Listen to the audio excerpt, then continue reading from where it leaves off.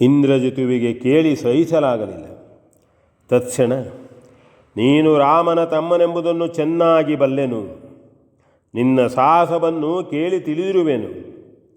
ಶೂರ್ಪಣಖೆಯ ಮೂಗನ್ನು ಕೊಯ್ದ ನೀಚನೇ ನೀನು.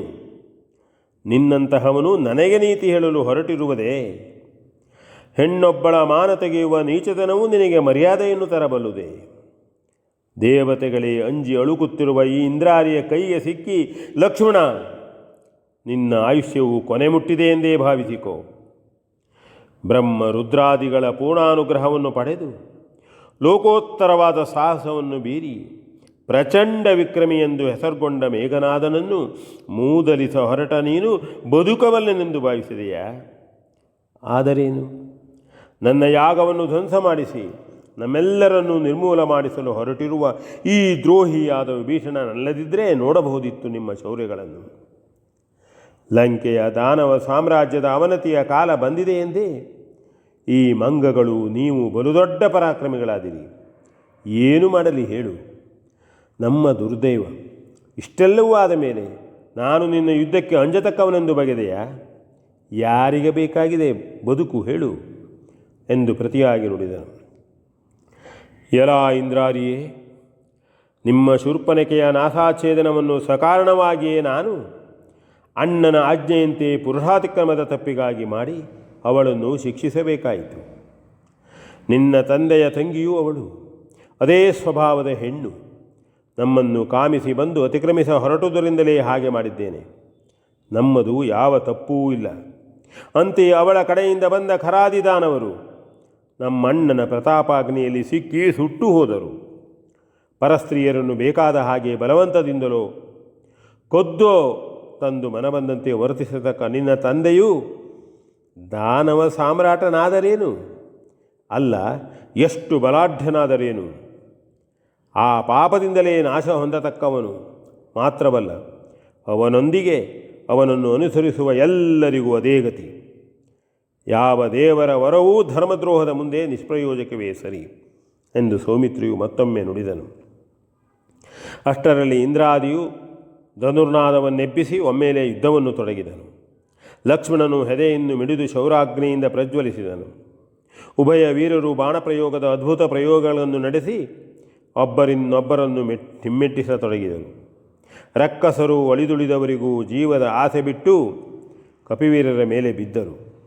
ಮುಹೂರ್ತ ಮಾತ್ರದವರೆಗೆ ದಾನವರು ವಾನರರು ತಮ್ಮ ತಮ್ಮ ಎಲ್ಲ ಶಕ್ತಿಗಳನ್ನು ಉಪಯೋಗಿಸಿ ಕೈಗಲಸಿದರು. ನಿಕುಂಭಿಳೆಯ ಮಹಾಯಾಗಶಾಲೆಯು ಮಸಣಭೂಮಿಯಂತಾಯಿತು. ರಕ್ಕಸರಿಗೆ ಸೋಲೆ ಸಿದ್ಧವಾದುದೆಂದು ಮನವರಿಕೆಯಾಗಿದ್ದರೂ ಯುದ್ಧಕ್ಕಾಗಿಯೇ ಯುದ್ಧವನ್ನು ಹೂಡುವಂತೆ ಅದ್ಭುತವಾಗಿ ಸೆಣಸಾಡಿದರು. ಕಪಿವೀರರು ಈ ರಕ್ಕಸರ ಶೌರ್ಯವನ್ನು ಕಂಡು ಹುಚ್ಚೆದ್ದು ಸಂಹಾರ ಲೀಲೆಯನ್ನು ತೊಡಗಿದರು. ಮಾರಣಾಧ್ವರಕ್ಕಾಗಿ ಸಿದ್ಧವಾದ ಹವಿಸ್ಸುಗಳು ಇಕ್ಕಡೆಯ ಮಹಾವೀರರ ಕಾಲ್ತುಳಿತದಿಂದ ಎಲ್ಲೆಲ್ಲೂ ಹಾರಿ ಹೋಗಿದ್ದರೂ ಸತ್ತು ಬೀಳುವ ರಕ್ಕಸರ ದೇಹಗಳೇ ಸಮರಯಜ್ಞದ ಸಮಿಧೆಗಳಂತೆಯೇ ಉರುಳಿ ಬೀಳುತ್ತಿದ್ದವು. ಕೋಟೆಗಳೆಲ್ಲ ಚೂರ್ಣವಾಗಿ ಇದ್ದ ರಕ್ಷಣೆಗಳು ಧ್ವಂಸವಾಗಿ ಅಗಣಿತವಾದ ರಾಕ್ಷಸ ಬಲವು ಅಪರಾಹ್ನದ ಸೂರ್ಯ ತೇಜದಂತೆ ಒಂದೇ ಸಮನೆ ಕ್ಷೀಣಿಸುತ್ತಾ ಹೋಯಿತು. ಹಲಕೆಲವು ಮರ್ಕಟರೂ ಮಡಿದು ಬಿದ್ದರು. ಆದರೆ ಅಲ್ಲಿಗೆ ಬರುವ ಮೊದಲೇ ಸುಷೇಣನ ಔಷಧ ಲೇಪನದಿಂದಲೂ ಪ್ರಾಶನದಿಂದಲೂ ಕಪಿವೀರರು ಒಂದು ರೀತಿಯ ರಕ್ಷಣೆಯನ್ನು ಪಡೆದಿದ್ದರಿಂದ ಹೆಚ್ಚಿನವರು ಮರಣಪಟ್ಟಿರಲಿಲ್ಲ. ಮೂರ್ಛೆ ಬಂದರೂ ನಿಮಿಷ ಮಾತ್ರದಲ್ಲಿ ಎದ್ದು ಯುದ್ಧ ಮಾಡುತ್ತಿದ್ದರು. ಆಯುಧದ ಹತಿಯಿಂದ ಗಾಯಗಳಾದರೂ ಶಕ್ತಿಗುಂದದೇ ಕಾದುತ್ತಿದ್ದರು. ವಿಧ ವಿಧವಾದ ಆಯುಧಗಳನ್ನು ಹಿಡಿದು ಬಲಾಢ್ಯರಾದ ರಕ್ಕಸರು ಹೊಯ್ದಾಡುತ್ತಿದ್ದರೂ ಮರ ಕಲ್ಲುಗಳ ಹಾಗೂ ಮುಷ್ಟಿಯ ಆಘಾತಗಳಿಂದಲೇ ಕಪಿವೀರರು ಅವರನ್ನು ಎದುರಿಸುತ್ತಿದ್ದರು. ಆದರೆ ಬಹಳ ಹೊತ್ತು ದೈತ್ಯರಿಗೆ ಮರ್ಕಟರ ಮುಂದೆ ಸೆಣಸುವುದು ದುಸ್ತರವಾಯಿತು. ಎಂತೆಂತಹ ಕೆಚ್ಚದೆಯ ಕಲಿಗಳಲ್ಲಿ ಹೋರಾಡಿಯೂ ಸರಿಮೆಗಿಲೆನ್ನಿಸಿದ ಇಂದ್ರಾರಿಯು ಆಯ್ದು ತೆಗೆದ ರಾಕ್ಷಸ ವೀರರಿಗೆ ಕಿಷ್ಕಿಂಧೆಯ ವಾನರ ಭಟರಲ್ಲಿ ಕಾದುವುದು ಅಸಾಧ್ಯವಾಯಿತು. ಇದನ್ನು ಗಮನಿಸಿದ ಮೇಘನಾದನು ಒಮ್ಮೆಲೆ ಅಲ್ಲಿಂದ ಕಾಲ್ತೆಗೆಯಲು ಅದೃಶ್ಯನಾದನು. ಅಷ್ಟರಲ್ಲಿ ಆ ಹೊಲಬನ್ನು ಸೂಚಿಸಿದ ವಿಭೀಷಣನ ಸಂಕೇತದಂತೆ ಗುಹಾದ್ವಾರವನ್ನು ಸ್ವಯಂ ಆಂಜನೇಯನೇ ಮುಂದಾಗಿ ಧಾವಿಸಿ ಭದ್ರಪಡಿಸಿದನು. ಕಣ್ಣಿಗೆ ಕಾಣದಂತಾದರೂ ನುಸುಳಿ ಹೋಗುವುದಕ್ಕೆ ಹನುಮಂತನು ಬಿಡದಿದ್ದುದರಿಂದ ಇಂದ್ರಾರಿಯು ಬೋನಿನಲ್ಲಿ ಬಿದ್ದಂತಾಯಿತು. ಯಾವ ಪ್ರದೇಶವು ತನಗೆ ತನ್ನಿಷ್ಟದಂತೆ ರಕ್ಷಣಾಠಾಣ್ಯವಾಗಿದ್ದಿತೋ ಅದೇ ಈಗ ಬಲಿಪೀಠದಂತಾಯಿತು.